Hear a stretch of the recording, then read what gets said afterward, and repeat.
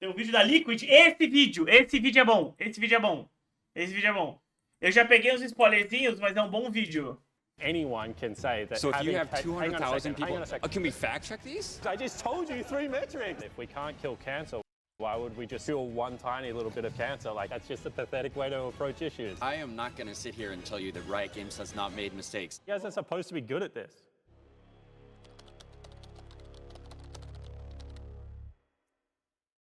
Hey everyone, I'm Spawn, a professional League of Legends coach, and I'm surrounded by 20 Reddit coaches who think they know better than me. First topic, lane swaps are good for League of Legends and increase strategic diversity.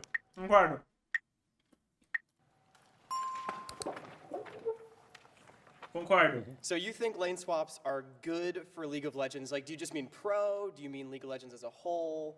I mean, I just think in general, people overhype the laning phase portion of the game and think that that's actually exciting, whereas in my experience, laning phases are actually quite monotonous and boring and extended. No competitivo é extremamente chato. Bons times já sabem exatamente o que vai acontecer nos primeiros minutos de jogo. Em partidas de time ruim, concordo que talvez seja mais legal. Mas de time bom, não. And the first 14 minutes of the game for no real reason, and I think lane swaps and especially adding objectives on opposite sides of the map and allowing people to swap around the map from kind of 4.5 minutes nowadays actually shows more strategic diversity and increases engagement as opposed to where the game was 8 years ago. All right. I think I somewhat agree with you in terms of the strategic diversity Very point. strange that you ran to the chair then. Well, but the thing is, like, okay, it increases strategic diversity at the top level of the game, but do you not see a problem that pro players are oftentimes playing a completely different game than everybody else? No, I actually don't think they're playing a completely different game than everyone else. I think we're all playing League of Legends. You download it onto your PC and then you load in and you Well, you guys are playing on Tournament Realm, actually, so, you know, different server. We actually play on live server, live patch as well, so it's not even like we're playing a different version of the game. We're all playing the very same game of League of Legends. I see, but you know, that's not the game, you know, in terms of what's actually being played, the stuff that hits the Rift. You know, if I'm random gold player Jerry, Jerry's going to go and turn on LCS. He's going to see Team Liquid lane swapping everywhere. He's going to have no idea what the hell's going on, you know? How is he supposed to go watch his favorite players and attach to them if he can't see their gameplay and see himself in that? Hang on a second, let me just get this straight. Mano, eu já falei, tipo, a Riot matou a expressão criativa que os jogadores podem ter no LoL e o pessoal acha que simplesmente essa deve ser a norma. Right, so I turn on a basketball game and I can't dunk, but some reason I can't actually enjoy the game of basketball and aspire But no, dunking. For some reason I can't actually enjoy the game of basketball and aspire But no, to do dunking's something different. within That like dunking is the comparison where, like, if you see, you know, Sniper Riven go and get a crazy playoff, right? That's a mechanical play. That's what dunking is. But this would be like if all of a sudden so you see. We should remove all team aspect from team sports as well. So I watch NFL and I watch them run a very complicated set play. That actually also should be removed from the NFL because I can't do that with my friends down at the Esse argumento eu já usei, hein? Esse argumento eu já park usei. at the same time. Man. This one I'm happy to go for an hour, by the way. So bring as many people in here as you want.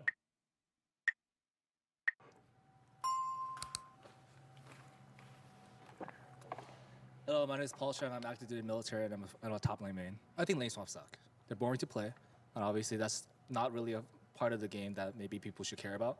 But at the same time, I think laning fundamentals is kind of like what makes players good, and that there's not many like other metrics to like determine like what makes this player good other than like just like maybe pure mechanics, right? Just like knowing how to lane is, I think, a really important fundamental for players to have, and you can't really measure that when there's no laning phase. I think that knowing how to lane is not necessarily always knowing how to lane against your direct. O pessoal tem essa visão da lane porque a lane é a única parte do jogo que tu repete todas as vezes. Por exemplo, se eu só jogo de, sei lá, Jax, a única parte do jogo que ela é replicável e sempre acontece é a lane. O mid game vai mudar, o late game vai mudar, né, tipo, tudo muda dependendo das variáveis que tem no jogo. A única coisa que ela é relativamente constante numa partida de LoL, de uma para outra, normalmente é a lane. Por isso que eu acho que o pessoal tem tanto esse apego à lane phase. Mas ser bom na lane não quer dizer que tu vai ganhar o jogo também. Opponent. I think that if you are able to do that, but not be able to do that in a 2v1 situation, you actually don't know how to lane and you're missing a huge portion of the game. I think that also saying that one of the only key metrics of skill is how you participate in a 1v1 game when you're playing a 5v5 MOBA is very, very incorrect and probably shows why you're a top lane main and want to isolate yourself from the rest of the map. That's fair enough. But at the same time, like if lane swaps are maintained, right? Like we run into metas where champions that hyperscale and or like you draft champions and you don't get punished, right? Like in the 1v1 matchup because you can just avoid it altogether. I think that's another problem in itself. I think that problem can be, and this is what I mean, increasing strategic diversity as opposed to limiting it. I think that when people say that they enjoy watching people lane one-on-one, I actually think that there is a certain aspect of enjoyment in that. But if you pick a scaling lane and you're trying to avoid a lane bully lane, the onus then becomes on the team to be able to match. And I would say that is a key part of strategy, is actually being able to enforce your will in the game. You should not be able to win a game by simply picking a counter pick matchup and having that enforced from the start of the game. You should actually be skillful enough as a team to be able to hunt out that matchup around Summoner's Rift and be able to get that matchup so you can actually get your advantage. It should just not be given to you innately from the game. Say like you pick Cassante and the enemy top laner picks Garen, like it's a very polarizing matchup, right? Yep. So they should just able to be run away from the matchup they desire, and like maybe I would say if my bottom lane is good enough to be able to get push and tempo and then be able to swap into the Garen lane and put Garen behind, then that is actually a strategy that has helped the game. And I feel like if your bottom lane can't be able to block that, or your jungler is not able to add something, then you're actually not having good team fundamentals, and that's what League of Legends is about.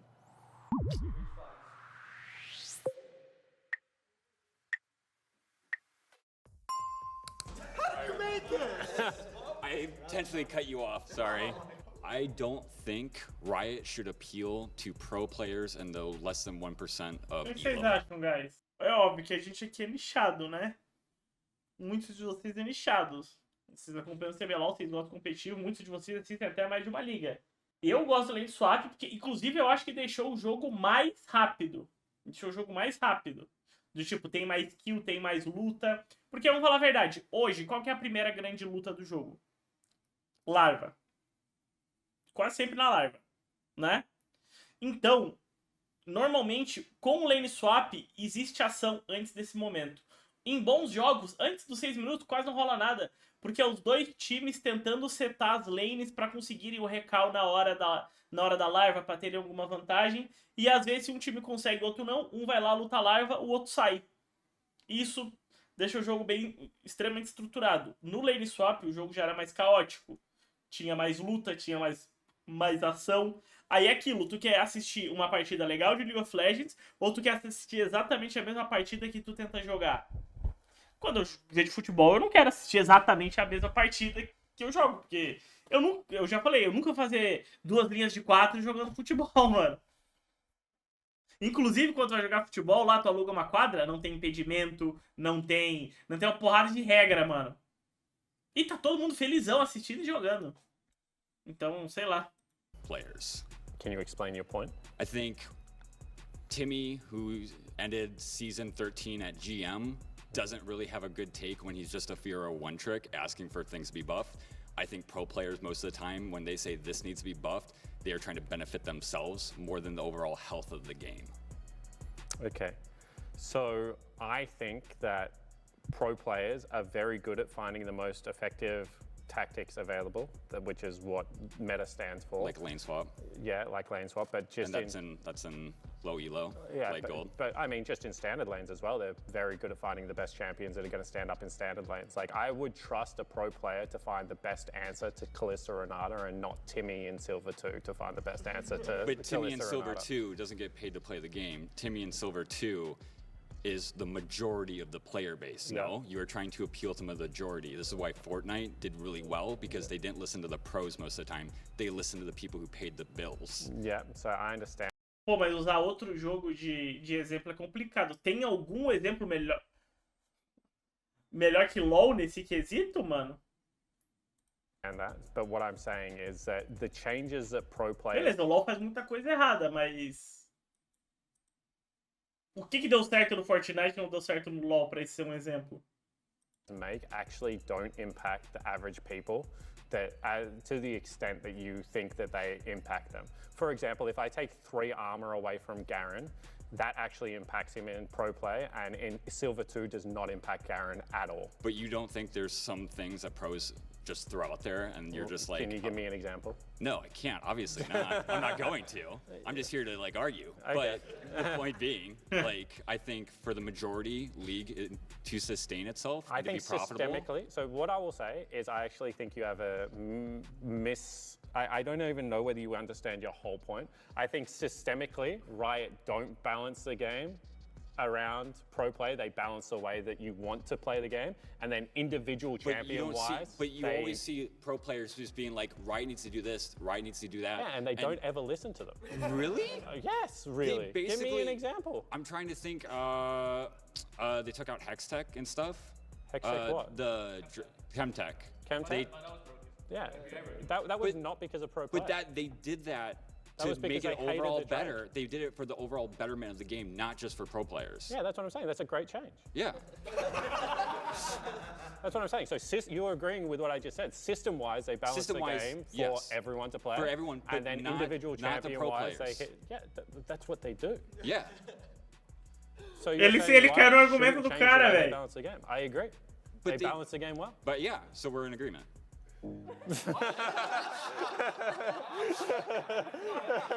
Co-streaming is inherently bad for League of Legends. Wow. Wow. I feel like co-streaming actually brings in a lot more viewers as opposed to just the general League of Legends broadcast.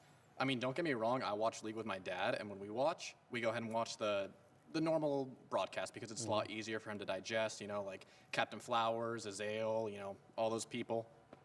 It's really easy for them to actually like explain the game and everything. But when I watch it myself, it's I love watching Dom. I feel like he breaks down the game in a lot more analytical of a view, and if I were not to watch it with my dad, I would way more rather watch it with Dom. Yeah, so back in my day, when if you would rather watch it with Dom, then there was an onus on Riot Games to go offer Dom a salary to make him be on the main broadcast, and then that makes the main broadcast better. They did it with people like Crepo, Deficio, Cadril originally.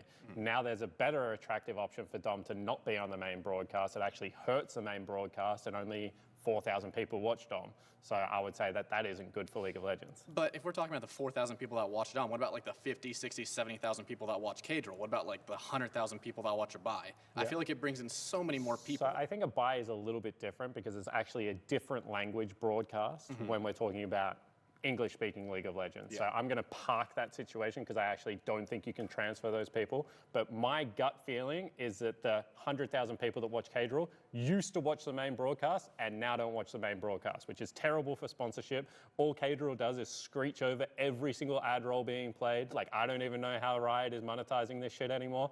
And he used to be on the broadcast and left the broadcast because co-streaming was more popular. You're literally proving my point that we are missing the S-tier talent off the Riot game broadcast because it's better to be the co-streamer at the moment. But let's go back to Ibai for a second. Yeah. Do you think Riot Games would actually make a non-English broadcast? I mean, look at the LPL. Vou deixar ele falar mais, Nuke the mano. English broadcast right there. So do you Vou think deixar ele having falar another mais, quero language, ver even like os argumentos more dele. maybe Spanish, you know, more like Portuguese, other like languages would be better? I mean, I think that in other sports, as the broadcasts become official, that's what they do, and they're able to bring in more money for the product from those audiences. So I would say in the ideal world, yes, Abai would eventually be on an official broadcast. But we've seen League go for like 10 plus years already. They haven't done it. Yeah, so and when be are they gonna completely do it? mismanaged. Again, once again, I love everyone's argument about League of Legends is we haven't ever been able to solve this issue, so we should just stop trying to solve the issue. Like, that's just a pathetic way to approach issues.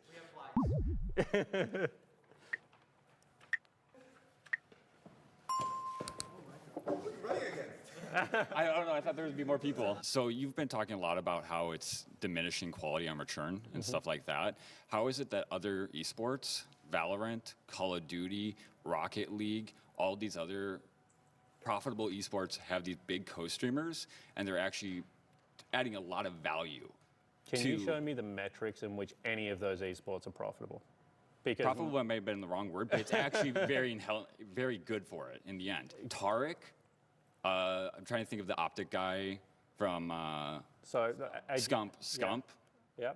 You also have people in Valorant as well. They're huge co-streamers that are bringing an influx of people that are helping the scene overall. Ele deu o exemplo do Valorant aqui, mas vocês estão ligados que o Valorant liberou com a stream primeiro e foi meio que um teste, né?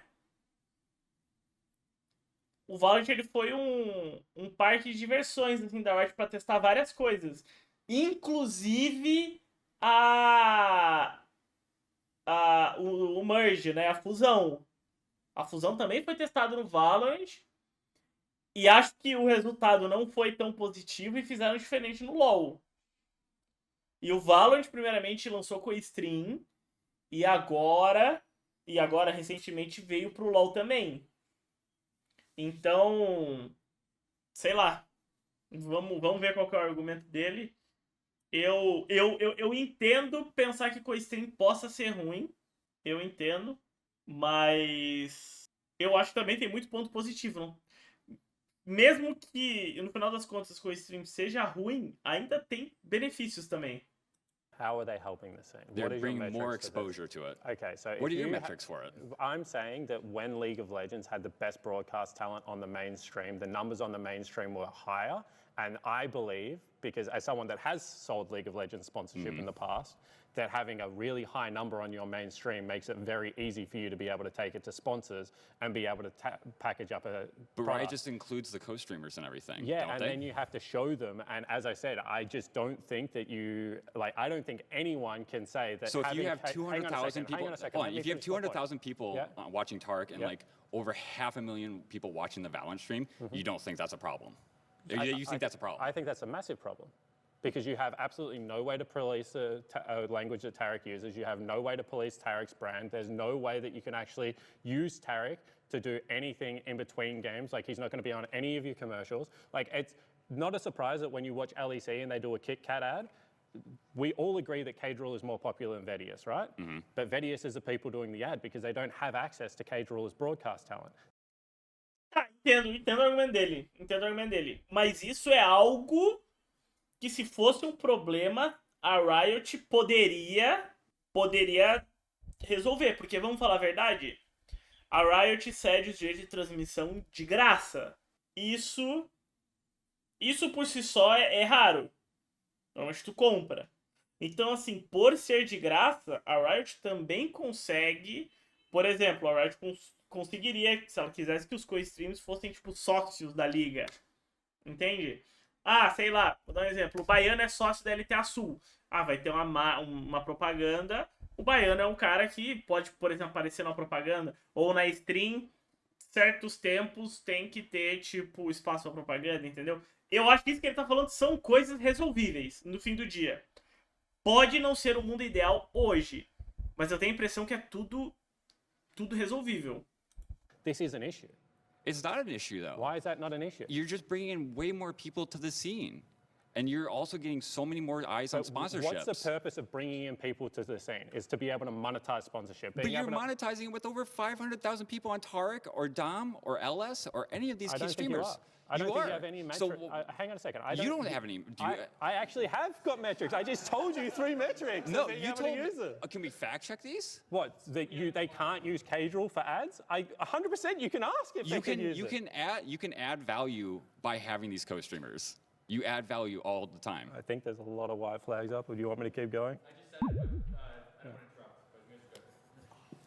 Eu entendo o argumento dele. O que eu falei, esse argumento dele tem solução.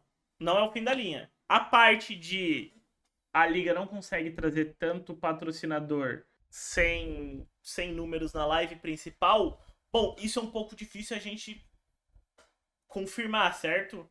Porque eu não sei como é a conversa da liga com o patrocinador, né? Sei lá, o CBLOL lá chegava pra falar com a Heineken 00, que eles tiveram um tempão. Eles vão mostrar o número dos co-streams e todo o número estar na stream principal, estar na co-stream, muda o que a Heineken pensa sobre a parceria? Isso eu não sei, velho. Isso depende da empresa. Aí que tá. Um negócio que ele fala é verdade. Muitas vezes, durante o comercial, o co-streamer tá meio foda-se, né? Porra, eu já vi quantas vezes sei lá, o Absolute jogando GeoGuessr durante os comerciais da Riot. Acontece. Eu mesmo já dei alt-tab em alguns comerciais. Então, assim, é algo, inclusive, até que eu posso me responsabilizar e falar, não, pô, a Riot tá me cedendo os direitos, eu vou deixar os comerciais deles tocarem, tá ligado? A troca justa. Quem tá vendo a live oficial também não fica vendo o comercial. Alguns veem o comercial, entendeu? O problema é que nesses casos, na tua co-stream, ninguém vê o comercial. É óbvio que o número de pessoas que assistem o jogo e que veem o comercial é muito reduzido, mas... Quando que liberou a co-stream, mano? Foi 23? Foi 23, né? No Brasil. Então... É foda que na Twitch, a maior parte do tempo eu tô vendo os comerciais da Twitch, também acontece. Também acontece. Inclusive, tu me lembrou agora que são 5 comerciais na Twitch, mano. Pera aí, rapidão. Não dá pra trabalhar de graça. Nossa, desde o circuitão eu tô sem comercial. Pronto. Enfim, pelo visto tem bastante mais aqui sobre isso. Vamos ver como rola esse negócio.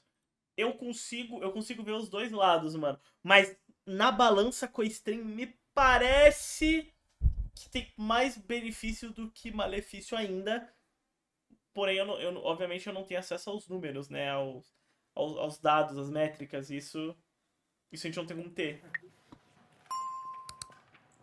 I think top to bottom, this is a really hard point for me to agree with you on. I think... Então, eu acho que esse é um ponto. Por exemplo, circuitão. Pô, aquele jogo lá do... Cara, qual jogo foi terrível? Foi Kabum e Cage? Kabum e Cage. Pô, mano, me desculpe, velho. Se não fosse co-stream, eles tinham 2.000 viewers no final da live, velho. De verdade, cara. 2.000, porque tava inassistível aquilo. E aquilo eu acho que a co-stream retém. Agora, se tiver jogando Pen Loud na LTA, eu não acho que o pessoal dependeria de co-stream pra assistir. Vocês entendem? Os principais jogos... Toxflow mandou R$3. Poderia ser feito igual no CS. Óbvio, no CS você paga para transmitir, mas lá, eles te mandam um comercial e você é obrigado a passar, e se você não cumprir eles só não te vendem mais o direito de transmitir. É o que eu tô falando. Pra mim, as partes que ele falou são totalmente resolvíveis, né? Porque hoje a Riot tem, querendo ou não, muitos co-streamers, né? E aí eles poderiam realmente ter algo um pouco mais... talvez mais rígido com todos os co-streamers, ou talvez eles poderiam ter até menos e ter, tipo, sócios de co-stream. Provavelmente seria terrível pra mim, né? Mas The primary resolvível benefit esses to problemas. co-streaming is I do agree that it does increase viewership. It gives you the opportunity to personalize your fandom or viewing experience, right? So I'm someone who's very competitive. I want to learn more about the game. So watching someone who's had professional experience, whether that's Cadrol or whoever it may be, or like versus some of my friends who are much more like spirited and want to watch high energy people, or someone that brings in a different flavor to the broadcast that doesn't exist in its organic state. I don't see a way that is a negative to the broadcast experience. I think the last thing I'll include before you respond is... É que eu acho que o ponto principal aqui do Spawn não é sobre... O ponto principal dele sobre o co-stream ser ruim não é sobre a experiência do viewer. É sobre o retorno financeiro que a liga tá tendo. Porque não importa a satisfação do viewer se a liga der 0 retorno. A liga vai acabar. Ah, tem 3 milhões de pessoas assistindo. A liga dá 0 retorno, ela vai acabar. Eu acho que esse é o argumento principal dele. Ele tá vendo sobre o ponto de vista comercial, exatamente. A gente acaba vendo... Vocês acabam vendo muito sobre o ponto de vista da experiência do viewer. Pô, eu me divirto muito mais desse jeito. Ou eu tenho acesso, às vezes, a análises que eu nunca teria assistindo o broadcast principal, transmissão principal.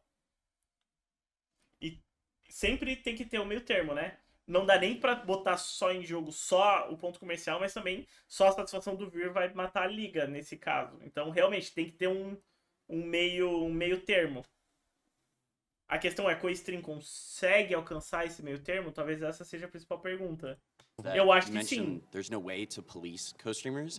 I mean, we have a co-streamer literally in our midst. That's not true. I mean, they're called co-streaming rights. So Riot can absolutely police the co-streamers in certain ways, to an extent.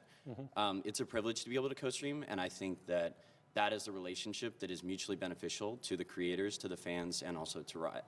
So what I will say is, in the ideal world, Riot would hold more power in this relationship and therefore be effective police officers. However, unfortunately, we have a lot of now very big co-streamers that have such fandom that if you actually don't include them in broadcast, regardless of past behavior, you are going to have a huge public outcry. And I think Esse argumento eu vejo.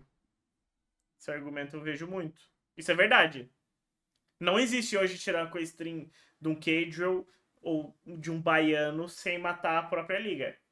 Aqui ele tá certo. Aqui, isso talvez realmente a Riot tenha errado.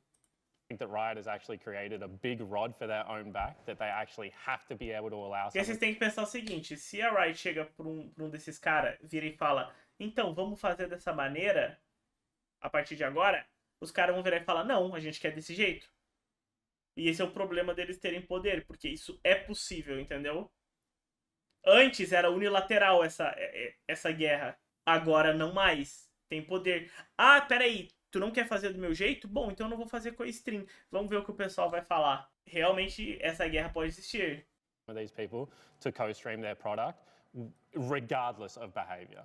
And what I will say is I think that when people think about behavior, they think about me saying like, oh, they're going to say racist or sexist or bad things on social media. Like these people are professionals, they're not going to do this. But at the end of the day, if something is good for their co-stream or good for the broadcast, their job as a co-streamer is to do what is good for the co-stream, right?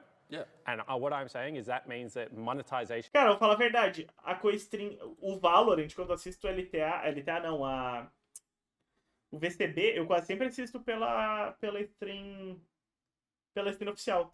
Acho que eu nunca assisti uma co-stream de Valorant. Acho que uma vez eu assisti o Saci. Não sei, não me pegou. Is not going to be as effective. So I'm not saying a co-streamer is worth $0. I'm saying that a co-streamer is not worth $1 whole for a viewer per viewer, because when you're on a broadcast, as someone that was on a broadcast for 8 years, your whole responsibility is to make the broadcast the best product available. And that's no longer what happens with Riot Games products. You have a whole bunch of people that have majority of the viewership now. It's not even like it's like 50% of the viewership. It's like 70% of the viewership is controlled by co-streamers now. And their best interest isn't in making the Riot Games broadcast better. And if people think that that actually doesn't hurt monetization, people are morons. In saying, is it a more Natan Melo mandou R$10. Fala, Natan. Salve, Tocão. Desculpa mudar o assunto, NN consegui ver outra live sua essa semana. DPS do vlog da LOL. Entrevista do Shini, fiquei com a sensação que o robô tá fazendo uma transição pra Adquash. Será que deixar o slot de import aberto pode ser uma estratégia para trazer um criptônio top próximo split? Ano? Ah, Natan, sinceramente, acho que não, velho.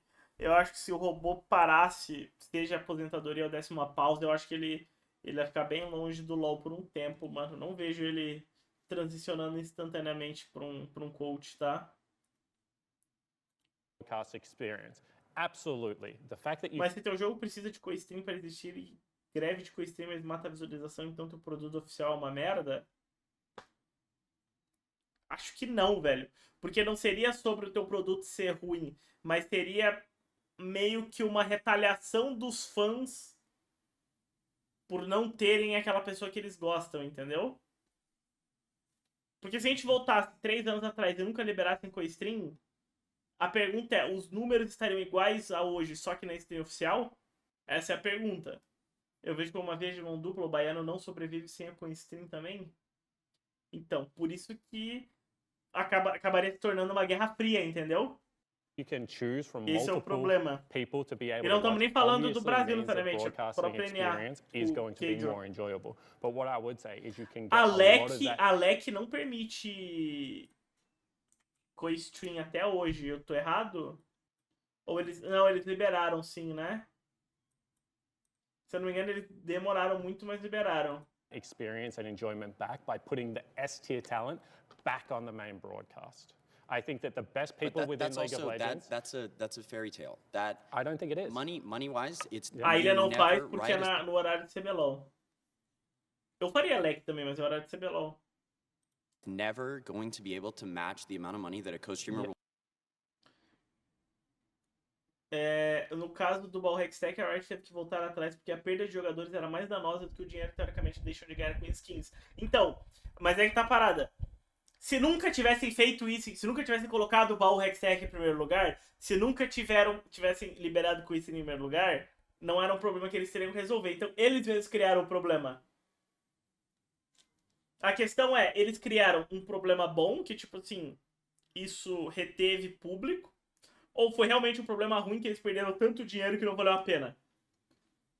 Sem números, a gente vai sempre ficar no achismo, né? Mas They can. Do you know how? They go back in não time temos and como they cravar. never allow them to co-stream the games in the first place, so they would have earned $0 versus earning a salary. Because you know what? Randomly, you can't pick up an NBA game and start co-streaming it. That's not how the real world works. Of course. You don't own the broadcast, so you don't get to do it. So it's actually Kadriel would earn $0 or Kadriel would earn $300,000. I mean, again, As opposed to $300,000 to now the millions of dollars he makes. I am not going to sit here and tell you that Riot Games has not made mistakes in how they've managed this relationship. Okay, but however, I do think that there are ways that they can fix or improve it from where we are currently. I still think that there's a lot of ways that you can incorporate.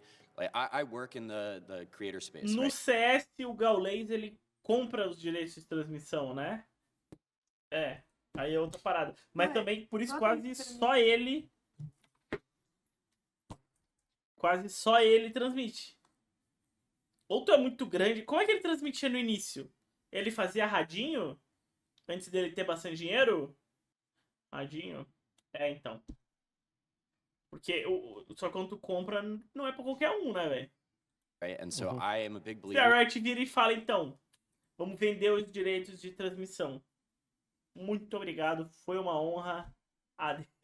That influencers and creators are one of the, if not the best way to market yourself in today's day and age. And I don't think anyone's going to sit here and argue against that. Yep. I think there's a lot of ways that Riot could continue to improve the relationship that they have with the creators and the way that co-streaming is used as a tool, but it Vira o is streamer da Kings League, foda-se. Será que a Kings League tem que pagar também? net positive in my opinion. Yeah, so I think that we're in a situation now where Riot have to make it a net positive because otherwise the ecosystem is absolutely cooked. But I think that even if you ask the people at Riot if they could put Pandora back in the box, majority of people are putting that box closed instantly.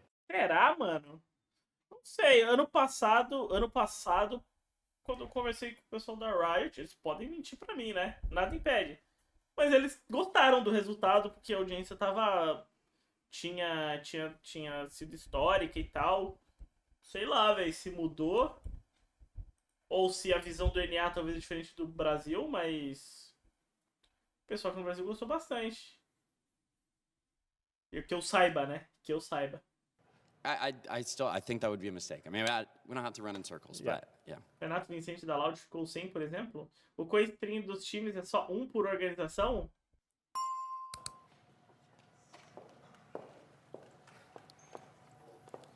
Hi, Hello, how are you? I'm Reagan, Miss Very Chim Chim, co-streamer. Co-streamer. Basically, you're thinking of monetization only in the form of running ads? No, I'm thinking of monetization and the ability to be able to attract sponsors to a brand. Okay, what about Mas isso não é ad, não? Praticamente? Pra mim isso é ad. Se eu quero fechar uma marca, eu quero fazer propaganda dela. Certo? Por exemplo, esse fim de mês aí, ó, tamo com a Exit Lag. Eu atraí o Exit Lag, a minha marca, para divulgar eles. Não é isso que a liga faz? Não sei. in the form of like selling seats at a venue at Worlds, MSI? I have a different type of viewership. Like I got the girls, the gays, the theys, right? Yeah. This is all viewership that was probably not going to be watching the broadcast in the first place, but now they're coming out to MSI, Worlds. I had people fly over to Europe last year for Worlds just to see the games. They're so ecstatic now. Eu não sei se ela tentou falar, sei lá, na real, ad da Twitch, mas a live oficial nem passa a ad da Twitch. Watching these pro players after watching the co-stream with me.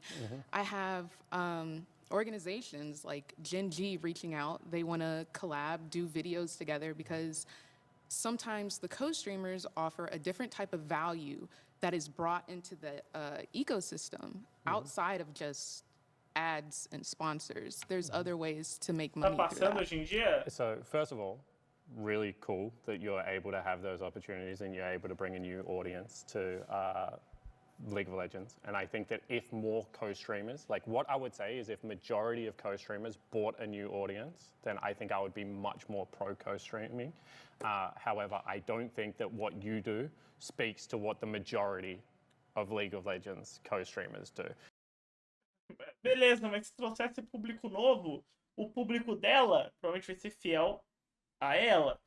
Se ela não estiver assistindo LoL, quanto será desse público novo que ela traz vai assistir LoL? Também não é tão lindo assim, né? And so what I'll say is that on top of what I'm going to say, whilst it's amazing to bring new people into the broadcast, the majority of the broadcast actually doesn't monetize off bringing people to Worlds, bringing people to MSI. That's like the icing on the cake. The majority of the broadcast, at least when I was involved in broadcast, is through the sponsors that you're able to bring in for your main broadcast and through the ads that you're able to sell on that main broadcast. And I think that that's where co-streamers actually hurt. So and the other point I would raise Tem alguma is coisa two que eu things não that tô you're able- entendendo aqui. The majority of the broadcast, at least when I was involved in broadcast, Ó, is through the sponsors patrocinadores. that you're able to bring in for your main broadcast and through the ads that you're able to sell on that main broadcast. Ele tá diferenciando patrocinadores de propaganda vendida, mano. Eu sou tão burro que eu não tô entendendo a diferença. Pô, se alguém conseguir me explicar, eu agradeço, mano. Mas eu não tô conseguindo... Eles não fazem ad só das empresas que eles têm? Por exemplo, ó, eu nunca vi acontecer no CBLOL. Ah, CBLOL tem lá, tem a patrocinada, tem a Heineken, tinha a Kit Kat, não sei mais o que, não sei mais o que. Aí do nada tinha assim uma propaganda da, sei lá, do Carrefour. Não tinha isso, eles não vendiam propaganda, eles só vendiam propaganda para dos parceiros durante a transmissão, correto? Ou eu estou errado? Sim. Então eu não tô entendendo, o que ele tá falando. Broadcast. And I think that that's where co-streamers actually hurt. So and the other point I would raise is, do you think as a co-streamer that is able to bring in a more diverse group of people, that if you were able to do things that surrounded the broadcast as opposed to directly providing commentary on the game and then participate in the main broadcast, that you still wouldn't be able to attract your audience and the great people to these events? Like, do you think that... Vou falar mais uma coisa, tá? Que ele tá falando aí. Como a Riot trabalha com os co-streamers é infinitamente superior, a Riot Brasil é infinitamente superior como a LCS trabalha com os co-streamers, tá? Eu acho que isso também. Eu sinto as co-streams muito mais participando de todo o cenário, às vezes de conteúdo, de coisa, às vezes presencialmente, do que no NL. O Cage eu acho que nunca foi fazer, sei lá, LCSNA ao vivo, né? Isso impacta também, velho. Co-streaming the games itself as opposed to being able to be provided opportunities by Riot Games actually hurts your ability to be able to bring these people in? I do not think it hurts my ability. I've been on LCS broadcasts when it was LCS. Yep. I've co-streamed at Worlds and whatnot. And whether I'm being paid or not paid, me being there brings in all of these new people. Yep. It would be so amazing if like just all of these people off of TikTok, off of all of these other... Ele já streamou de dentro da LEC? Da LEC. Aqui a gente tá falando de LCS, né? Agora ele tem a Norte. platforms off of all of these other creators would just watch LCS or watch Worlds, but they just don't know of it. So it's just a different outlet. I don't know how much information I can give. No, that's okay. Yeah. I understand what you're saying. And I think that in the ideal world, what you're saying is actually the path for it, right? Which is what they discover you, they discover that you have a love for League of Legends, and then somehow Riot Games makes that sticky to League of Legends as a product. And in the ideal world, if I was someone that was selling sponsorship by Riot, I would love to take your audience and then be able to give it to my primary broadcast. Now, my gut feeling of what happens is your audience loves you, a portion of your audience then finds out you love League of Legends, and now they love to interact with you around League of Legends. I actually don't know how much of that transfers to the main broadcast. Now, you obviously have information that I don't have on that, and maybe we can't talk about it, but that's just my gut feeling is that, and not enough of that stickiness is actually hitting. That's fair. My gut feeling is when Kadril streams the LCS, 80,000 of Kadril's fans watch the LCS, and then when Kadril turns off his stream because it's a bad game, 80,000 people don't join the LCS broadcast channel, 10,000 people join the LCS broadcast channel, and 70,000 people go to bed with Kadril. And I think that's terrible. But how often does that happen? Very often with Kadril, actually. He might tune in for a Team Liquid or a FlyQuest game, and then he'll be like, Dig is playing against Immortals, fuck this shit, I'm out. Ah, nem fudendo. Nem fudendo. O Cajun lança o Revolta mesmo? Caralho! Cajun Rebolete, velho! I can't rebuttal that. But I do love what you do. Oh, thank So you. keep doing it. I love your pep talks. Thank you.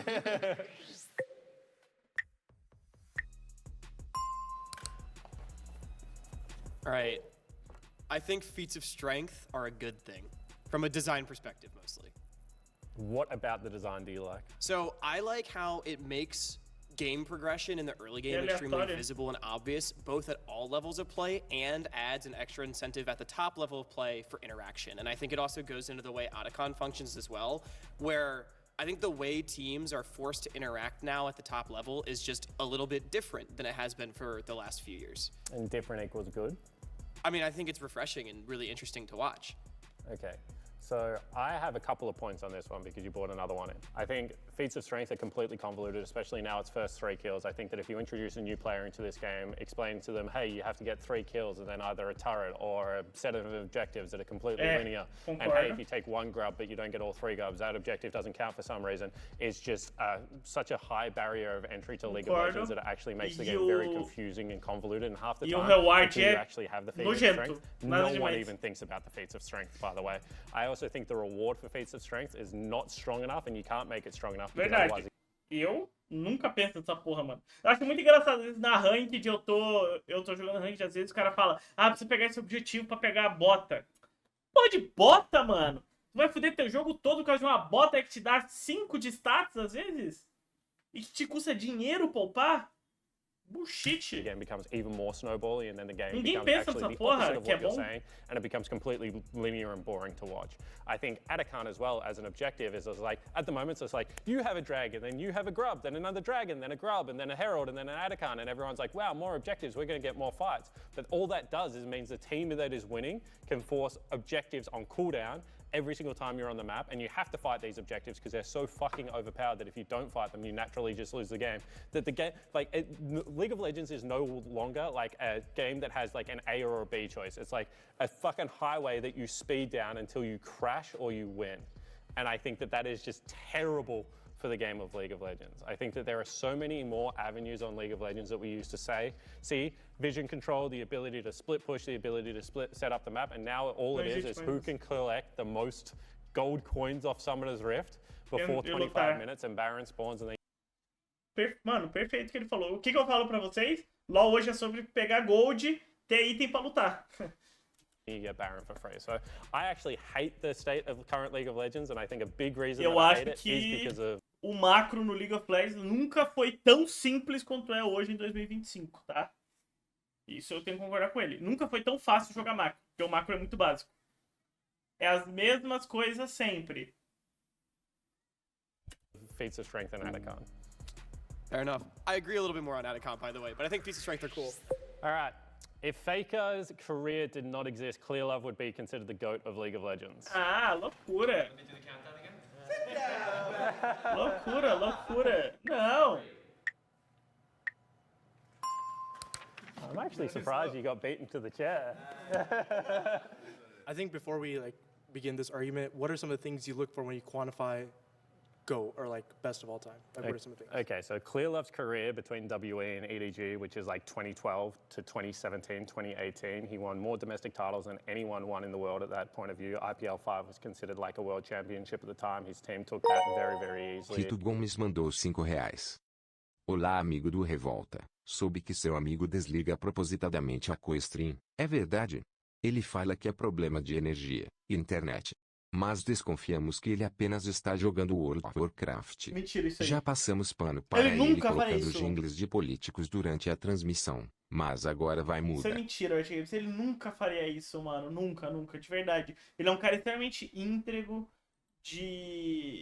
cara, profissional, trabalhador. Ele nunca faria isso, velho. Nunca. Provavelmente alguém espalhando fake news e contando mentira. Certo? Não caia nas fake news dos inimigos dos reboletes. É mentira.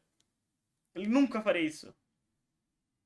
Ele provavelmente, após acabar um jogo de baixa qualidade, ele ainda manteria live e continuaria assistindo aquele jogo em repeat para apreciar um bom League of Legends. Against a competitive Fnatic Moscow 5. He was actually able to beat Faker at the 2015 MSI championship. And I think overall, when you look at the fact that this guy did it across 2 organizations with multiple different iterations of his roster. Clear Love perdeu pra mim, mano. Como é que o cara vai ser o GOAT, pelo amor de Deus, velho? Porra. Tem muita gente na frente dele pra ser o GOAT, velho. One of the only people that like Faker. Ele nem Worlds ganhou. Ele ganhou Worlds? Ele não ganhou Worlds, porra! Ele ganhou Worlds? Não ganhou Worlds. Não jogou nem final de Worlds? Ah, ô Spawn, cala a boca. Was able to go through multiple different teammates and still remain at the top of his region for a very, very long time. 5, 6 years. So, and then to that point, how much do you weigh a world? Tipo, é óbvio, tu não pode medir um jogador só por títulos. Mas não tem como tu ser o GOAT sem sequer ganhar um Mundial, velho. O Beryl tem mais status de GOAT do que o Clear Love. Há de ser dito. Like it changes too much. Like for example, if a Remain at the top of his region for was able to go through multiple different teammates and still remain at the top of his region for a very, very long time. 5, 6 years. So and then to that point, how much do you weigh a Worlds win? Do you feel like it changes too much? Like for example, if a player has 1 win like at Worlds but not that many domestic wins, does that mean more to you or what is that? No, I actually think that when I think about Faker, even though the World's wins are the icings on the cake, it's the fact that he's been as dominant as he has been individually with so many different iterations of his team. And you can tell that when you look at the team, he is very clearly the leader of the team. And I think that that's why he gets a lot of the accolades. Then obviously the world champions on top of it just put him so far beyond everyone. It's not even possible to be able to measure it. But you know, the fact that Pawn won Worlds doesn't make him better. Vou falar algo chocante aqui, tá? A carreira do Peanut é mais foda que a do Clear Love. Falei. Mid laner than Chovy. Yeah, so I would agree to that point. And I think with Krylov, the reason why I personally don't feel as though he's the second best of all time is I do agree that in the early stages of, was it always called the LPL? I don't remember if it was always called the LPL. Or Yeah, it was called the LPL. yeah, so for the early stages of the LPL, obviously I think he is one of, if not the greatest Chinese players of all time. Some other players that come to mind are Shahu and Uzi, but even with Talvez não seja tão chocante assim o que But eu I falei. think to a certain degree, there's other players current in the world where I feel like the only knock against them would be the fact that they haven't played long enough. So when you look at someone like Chovy, for most of his career, he's been almost unorthodoxically dominant. Some of his feats, like for example, I believe it was 4 back-to-back domestic titles. I don't think Faker has done that. It was some stat they had on broadcast. Yeah, Clear Love did 6, I think. So Yeah, so I think at that, yeah, and to that, like that's obviously really amazing. But I feel like with other players, it's more of a, if they have more, like for example, if Chovy played another 2 years, I think he easily enters that conversation. So do you knock like someone like Chovy? no, not at all. I think that if I was going to have my list, Clear Love's on the list, Caps is on the list, Chovy's on the list, and Knight's on the list. I think they're the 4 people that you can make a case for based on how winning they've been in their domestic region. So then, because, oh, okay. I would have put Ruler up there, but he's a team-hopping snitch.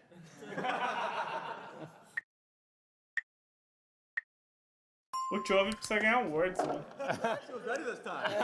Se ele ganhar um Worlds e se manter constante por mais uns 3 anos, I aí think you made a good list of ele entra no top players 5. that could definitely compete with Clear Love, but I think Caps is clearly above Clear Love in terms, like you talked about longevity. I think Caps is still playing. He's been playing for quite a while, almost the same, I think, same amount of years as Clear Love. Yep. He has an MSI win. Yep. He has multiple finals, dá pra se fazer um argumento. É que o Clear Love tem MSI, não? A carreira do Caps é muito melhor que a do Clear Love, mano. Ele numa região mais difícil, ganhou MSI, mais fácil, ganhou MSI. Acho que é um dos players domesticamente, talvez seja o player domesticamente mais dominante da história. O Cap já ganhou o lugar do Clear Love, se esse for o argumento. MVP titles in his region, and based on your argument that he also had multiple iterations and not even like any other legacy player on his team, and they constantly bring in rookies, they bring in people who have potential but never have the accolades. And I think Clear Love had some team building around him. I think there's a lot of kind of the organizations really put him as their premier player and kind of built around him. But Caps, sure, he's on G2, but he also took Fnatic also to a Worlds Finals. So I think there is a kind of a big difference between Caps and Clear Love, in my opinion. Yeah, I think the main knock against Caps is that he's just from a historically way weaker region than what the LPL is. And I think that especially in the point of times that these players... A LPL começou a criar as asinhas mesmo em 2017. Se eu não estou enganado, a LPL era um time de uma região só. Até 2017, ali 2018. Sim, ganharam o MSI e tal. Mas era EDG. Se eu não estou enganado.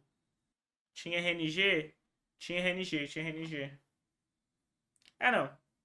A LPL já era consideravelmente mais forte que a LEC. É que, tipo, falar isso também é de menosprezar um pouco os anos de ouro da LEC ali, né? Óbvio. Na longevidade, a LPL é muito mais forte. Mas, porra, a LEC teve uns 3 anos ali que era muito competitiva. Dominant. Like, Caps to me came in when Europe was losing some of its international luster and kind of restored it. So that's why I have a lot of respect for him. But I think at the start, especially before Korea had really risen to the dominance that they were, I'm talking about early 2012, 2013, LPL was considered one of the premier regions, if not the premier region in the world, and Clear Love sat atop of that heap.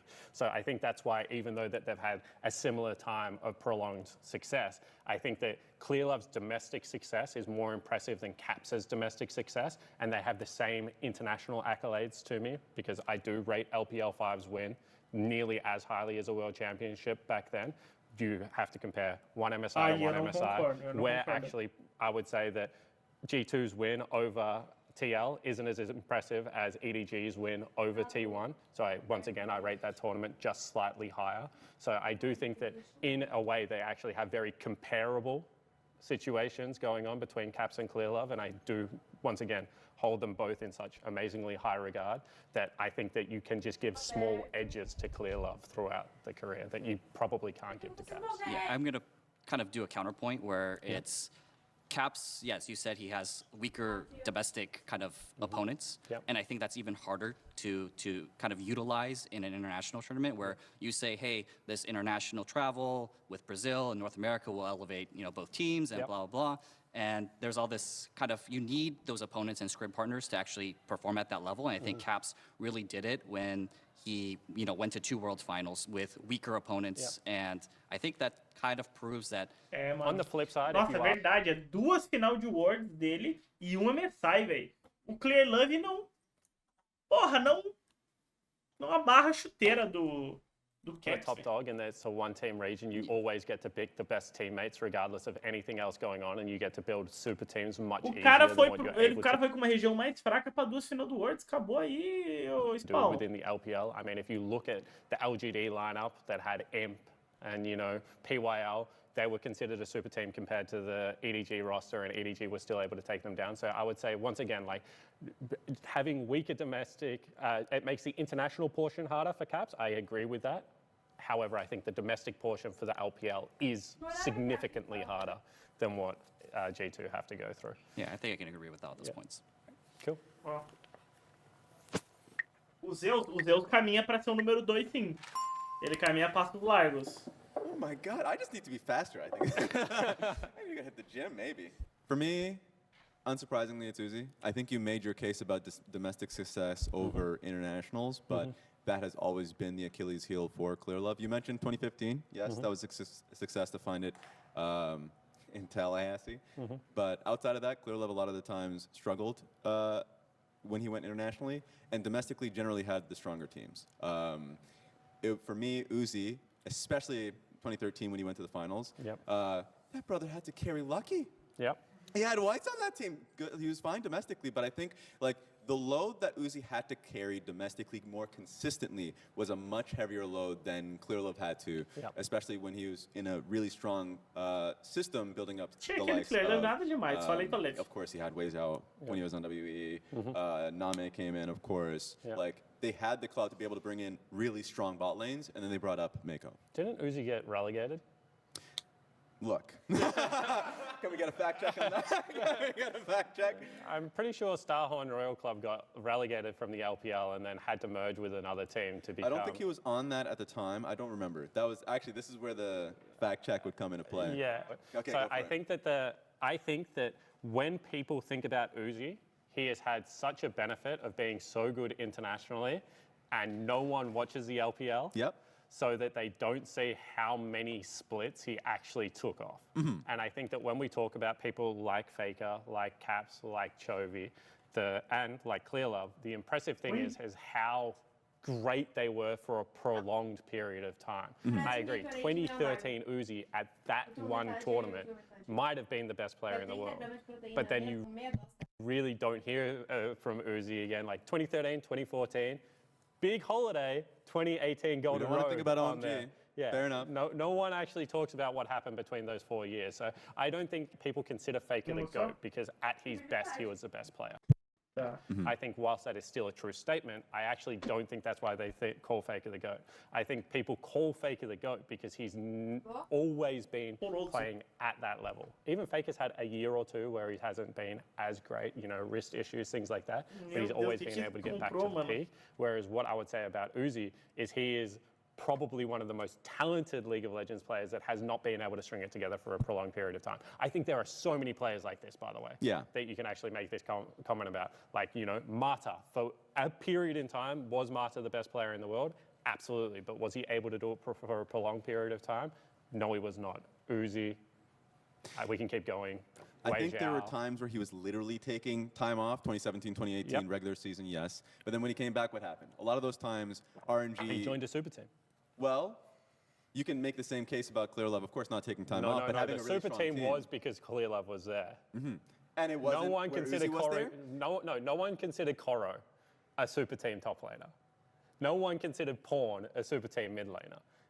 But you were a bot lane centric team, and the top lane pool in the LPL No one at considered times, Mako a superstar support when he joined EDG. second year in, okay, that was fair for Mako. He won first year. He had to work a lot of times with Deft. Are you ignoring Deft? No, I'm saying Name at the time that he was playing. Deft and Clear Love were the two centerpieces of that one. So for the fact check, yes, Starhorn Royal Club got relegated, but that was with Name as AD carry, and Uzi was on OMG at that time. Okay, and he was where on that was not a part of the fact check. My goat is safe. Porra, o Pau tinha ganhado um Worlds, mano. Óbvio que consideravam I ele... think Garen Yumi should be viable in pro play. É óbvio que consideraram ele um super time, porra. Oh, interesting. The Yumi champion in pro play. I think that I don't have a reason that it shouldn't be viable in pro play. However, if we go on entertainment factor, people hate watching this champion for some reason. And I think if your job is to create an entertaining broadcast as a balanced team, then people really don't like watching a champion that is uninteractive and scales for free. But what if you have to come up with strategic components to deal with Garen Yumi rather than just not be able to watch it because it's boring for the average player? I think that it actually come up with a strategic component of how to deal with Garen Yumi. I think what people don't like is that the strategic component to make Garen Yumi work is to not interact. So I actually think you're thinking about this issue the wrong way around, is that I think Riot and people that watch the game would actually like everything to be viable as long as it is an interactive viability. I think that when champions like old Cassidy that used to get to level 16 and then win the game, Garen Yumi that gets to 2 items and wins the game, they don't want League of Legends to be do nothing and win, even if it does put the onus on the other team to do something to be able to beat it. And I think that that is not my decision to make. Fair enough. Why is Jun here? That's the next topic. I thought he would get you. These are really boring ass topics. The merger with Brazil is the best thing for North American League of Legends.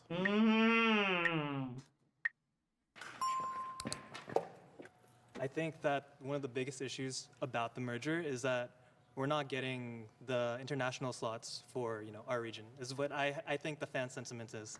Oh, what do you think about that? Yeah, I think we probably didn't deserve them in the first place. If we can't battle our way back to actually getting to semifinals and finals of these international competitions, sending a third seed from North America or even a second seed in some situations is really not the solution to our international struggles. You don't think that both TL and FlyQuest proved that like last year? Yeah, but we're going to be able to get those slots from one both of you guys will. No, of you guys. So for MSI, for sure, it Yeah. goes back down to one, but that's what it was previously. And I think that for Worlds, both us and FlyQuest will make Worlds. I also think that making the international event is really good, don't get me wrong, and Yeah. it levels you up, but sometimes just boot camping in the area that the international event is, if you are that second place team, can get you like 85% of the way there of what you're actually receiving. And Team Liquid has done that in the past. In the year that we ran the Korean lineup, when I think it was MSI was in Europe, we actually went over there and boot camped against the MSI teams from the European facility and were able to get a lot of those benefits. So I think if we think that we have great teams here, a part of the responsibility is actually on the orgs and the teams to be able to follow this international circuit around and get better. Yeah. Do you think that we're going to be able to elevate the South America teams that we are historically better against to be like better than like 100 Thieves or C9 that's going to come up? I actually think that that is one of the things that we're going to see, is that the more we play against these teams regularly, because part of, speaking as someone that came from a minor region, part of the reason you can't perform on the international stage is because you only get so many limited opportunities to be able to do so, and it is such a big event every single time you do it that there's a huge mental barrier. But we're going there. to play them twice. Yeah, so I think that them being able to have a couple of more opportunities to play against it will make them better as well. You're right. That's all I got.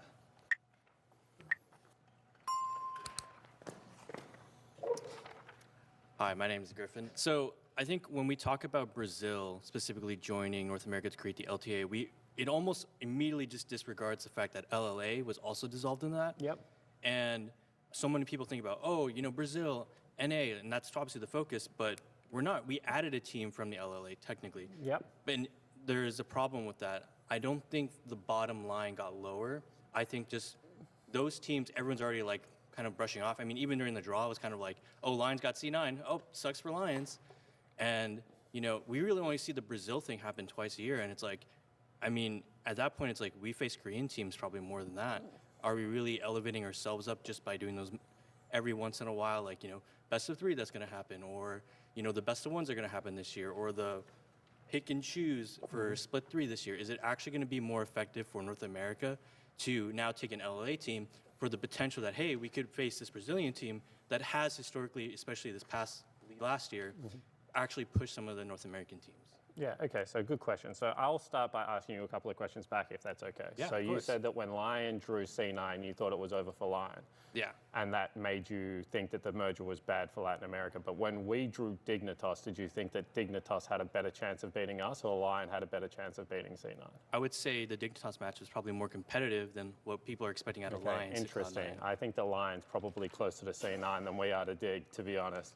We'll see that as the next couple of weeks goes on, obviously. I think that in a region like North America, we have historically been a very top-heavy region. And you can see that through results. There's been a lot of teams that have gone. I don't think that this necessarily fixes that problem. But as I said, what I'm hoping it fixes is a fandom issue within there. And once again, this sucks for the Latin American region. I'm not saying it is good for them in any way, shape, or form. They went from having, 8 great teams to having 1 team in North and 1 team in South, and I think a couple of orgs mergers to be able to do that. But Eles estão bem felizes aqui no Sul, não se preocupa, is pessoal. actually probably better for those bem limited amount feliz. of players' careers. In the same way that when my region, OS, got blown up, and people like Ayla and Isles came over, it was actually better for their career than staying in OS.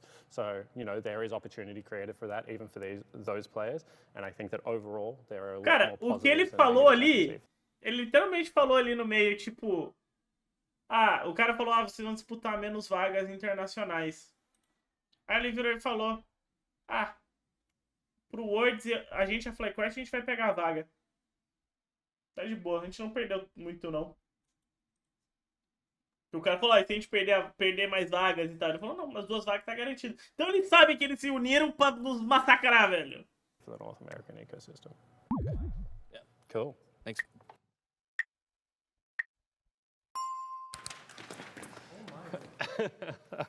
So you said it's the best thing to happen for North America, Yeah. the merger. Do you think não tá it errado. increases the skill level of North America as a region compared to other regions as well? Yes, I do actually think that, as I said, going into hostile environments and playing games and playing international competition will increase North American skill. Even after the poor showings of Brazil and North America as a whole in Worlds, like, do you still think that the games will elevate North America to a new level, maybe? I don't think it is the highest level of gains that we can get. Obviously, merging with someone like Korea and playing scrims against Korea every single time would be better. But I do think still that extra international event will 100% do something to increase skill. But you said this is the best thing that could possibly happen. Like, do you Ele think acha, maybe então, que mesmo por ser com o Brasil, ainda assim vai ajudar eles a melhorar?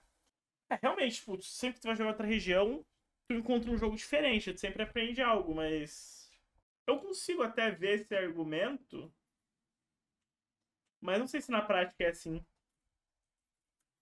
merger with a different region can be even better? Like, say, you just mentioned Korea. Merging with Korea, could that maybe even increase like North America's game level like to even higher state than it is currently? I think geographically that's just not a realistic obviously, right. solution to something. So I'm saying that of the solutions that were available for the North American region, I think that this is actually a very positive step forward. And when I look at this from a fan's perspective, I've actually seen so many negatives thrown out there that I actually don't think are negatives for the North American region. I can 100% understand why some like previous CB LOL fans are actually upset with the merger, but from North America's perspective, I actually can't think of any negatives. For North American, okay, got it. I think that's really all I got. All right. I'm a Riot shill. Oh, o com a Coreia foi só exemplo. All right, guess I'm back again.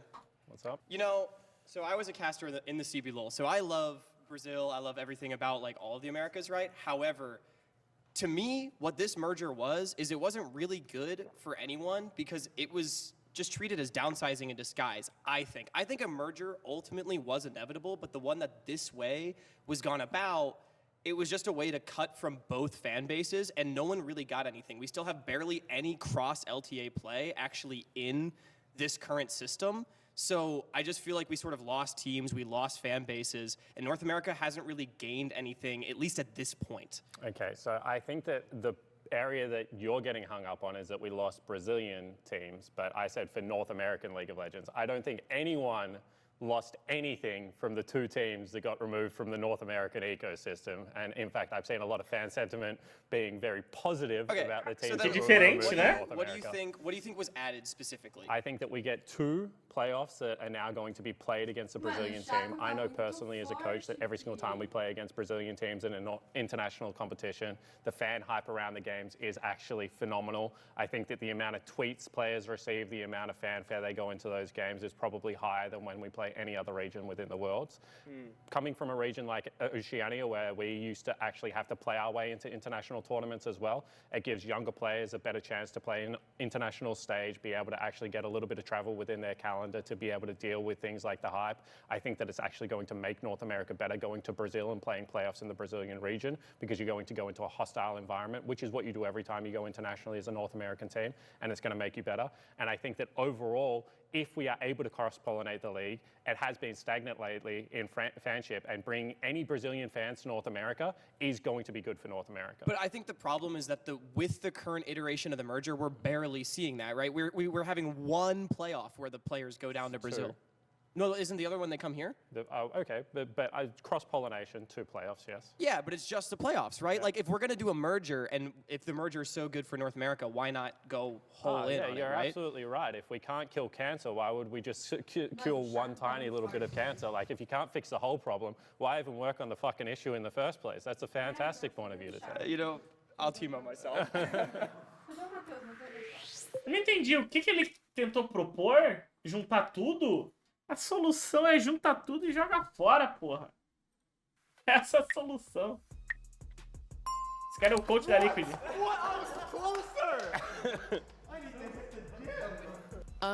I think that the Fearless Draft Fearless Tournament is going to expose a lot of fraudulent professional players.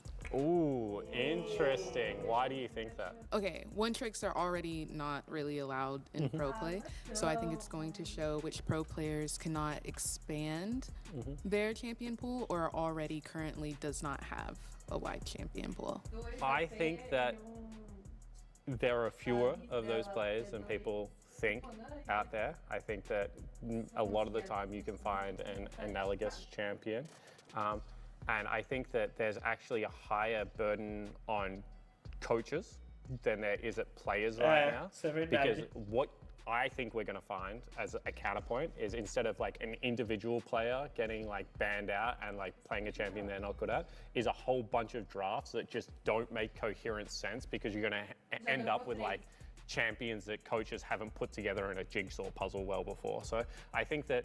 Posso dar exemplo de algo que poderia vir a acontecer, mas exemplo bem simples de vocês de como pode ser manuseado o Fearless Draft. Por exemplo, hoje a Zaya Rakan tem muita counter matchup, certo? Se tu só pegar a Zaya Rakan, tu se fode. Mas Zaya Rakan, por exemplo, é counter para muitas coisas do jogo, que não tem range. Então, por exemplo, no início do jogo, tu bane várias bot lanes e afins. No caso, tu perde várias bot lanes e tu deixa a Vi banido. Aí no final de uma série, tu deixa a Vi open. Aí o cara pega a Vi e tu pega a Zaya Rakan. Tu acabou de counterar a Vi dele. Ah, mas countera a Zaya Rakan. A maioria dos AD Carries já estão fora. Como é que tu vai counterar a Zaya Rakan agora? Entendeu? Então, tipo, existe todo um mundo a se explorar no Fearless. Mas, cara, demanda muito... Vai demorar muita experiência e aptidão pra fazer isso. Não vai ser qualquer um.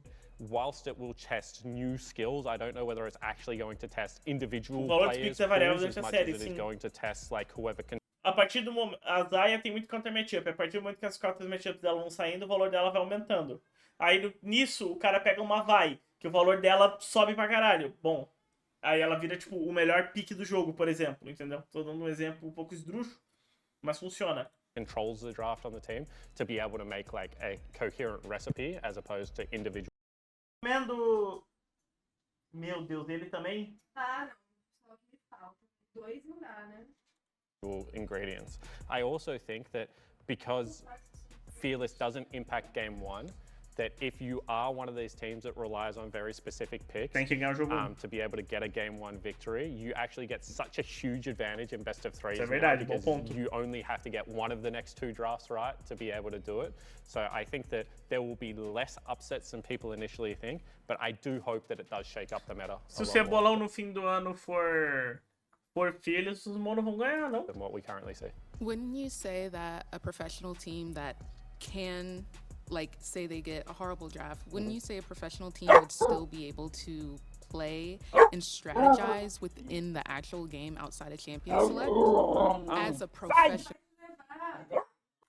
player? If you're a top tier player and not just a solo queue girly. My bad, Volatimanão. Look, I would love to be able to give you that vote of confidence, but unfortunately, I do think in the current state of League of Legends, because like objectives kick off at like 5 minutes at the moment, 6 minutes, that actually being able to get a good draft is actually, I would say, way too crucial in current League of Legends. I would say I would actually share your opinion. Like 5 years ago, I think so many drafts are playable, but nowadays I think draft is actually too big a portion of the game. É, eu acho que é pra caralho. So, pressure on me.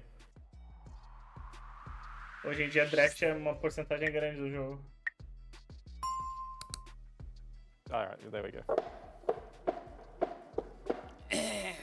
I'm a professional Reddit League of Legends analyst. Yeah. I think lane swap does more damage to esports than good. Okay, what damage does it do? I think it's not as entertaining to watch, and I think it's very hard to follow. Okay. For the average viewer. Okay. And are you talking about level 1 lane swaps, or are you talking about all lane swaps? All lane swaps. Okay. I have to go back to all my lane swap thing. Okay, so you think that the Young tá ali, primary velho. responsibility of League of Legends esports is to create an entertaining product, and it's not as entertaining? Yes. Okay, so you think that watching people get counterpicked and suffer in lane matchups is better than lane swapping? Well, that's one specific part of like the game, right? Yeah. I think there's another like specific one, like I would say like maybe 4 years ago, 3 years ago, it was like Lushinami's area Lulu. Like I don't think one was like Better, inherently a one was lot worse, stronger. yeah. It was like whoever was like more skilled. I think if we went back to that meta, I think we'd be lane swapping still. Yep. If we like, if the power level was brought back, I think we'd still be lane swapping. It'd be very boring and hard to like understand what was going on for the average player. Do you not feel like as an AD carry that if you don't have the option to lane swap, that champions like Twitch, Kai'Sa are just never actually being able to be played at a pro level because otherwise you can't actually get through the laning phase? And therefore, if you can't play those champions, it removes a whole part of the game past 15 to 20 minutes where these champions are so entertaining to watch in a team fight aspect? Yeah, so see, that's a different thing. If people did do that, I think it'd be a lot more entertaining, but you don't ever see anyone do that. Yeah. So it's hard to say that for now. Okay. Maybe if someone does do that, it'd be a bit different story. That's it for us here. Thanks everyone for watching, and thanks to all the Reddit coaches for coming, and thank you, Honda.